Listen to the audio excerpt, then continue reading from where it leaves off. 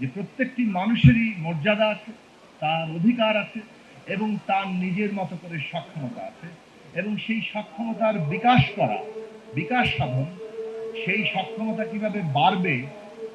সেটাই হচ্ছে রাষ্ট্র এবং সমাজের দায়িত্ব, তাকে সেই বিকশিত হওয়ার সুযোগ করে দেওয়ার জায়গা। আর নাগরিকের এই যে সুযোগের সমতা প্রতিষ্ঠা করা, সেইটা এই সরকারের অঙ্গীকার, এবং সেই জায়গা থেকেই আজকে প্রতিবন্ধীদের, যাদেরকে আমরা ভিন্নভাবে সক্ষম বলতে পারি, তাদেরকে কিভাবে আমরা এই মূল সমাজের মধ্যে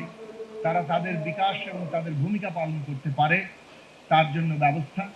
তৈরি করার উদ্যোগ নেওয়া হচ্ছে। ধাপে ধাপে এই অবস্থা এমন জায়গায় যাবে যে তারা নিজেদেরকে আলাদা, বিচ্ছিন্ন এবং কোনো রকম করুণার পাত্র না ভেবে তারা তাদের নিজেদের জায়গা করে নেবেন একজন নাগরিক হিসেবে, এবং সেই জন্য শিক্ষা, স্বাস্থ্য, তাদের জন্য সব ধরনের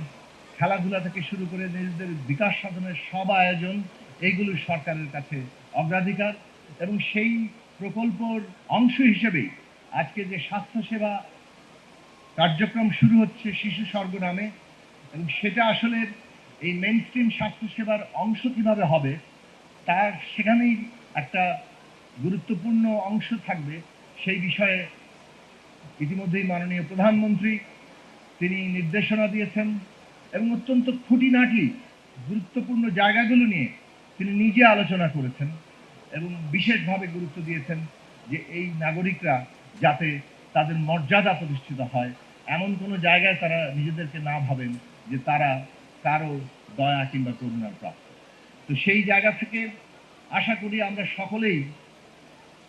আমরা যখন প্রতিবন্ধীদের নিয়ে কাজ করি, আসলে আমরা নিজেদের নিয়েই কাজ করি, কারণ আমরা সকলে মিলে এই সমাজকে মর্যাদা, অধিকার এবং কর্তব্য, যেটার মিশেলের মধ্য দিয়ে নাগরিকতা গড়ে উঠে, সেই জায়গাটাতে অগ্রসর হতে পারবো যখন আমরা এই কাজগুলোকে সম্পন্ন করব। আমরা যখন সমাজের একটি অংশ নানাভাবে বঞ্চনার শিকার হয়, তখন আসলে অন্যরাও নানান দিক থেকে সীমাবদ্ধ এবং ক্ষতির শিকার হতে থাকেন। কাজেই এটা অনেকটা সমাজ কিছুটা দেহের মতো, যে দেহের একটা অংশকে অবহেলা করলে বাকি অংশ কিন্তু ঠিক মতো চলে না। ফলে আমাদের পুরো সমাজকেই সুস্থ এবং মানবিক বিকাশের উপযোগী করতে হবে, এবং সেই কার্যক্রম হাতে নেওয়ার জন্য আজকের প্রধান অতিথি ডাক্তার জুবাইদুর রহমানকে, এবং তিনি এই কাজের অংশ নিয়ে একটা অনুপ্রেরণার জায়গা তৈরি করছেন, এবং সারা দেশময় যাতে প্রভাব পড়ে সেই জায়গাটা, কেননা তার অবস্থান এবং ব্যক্তিত্ব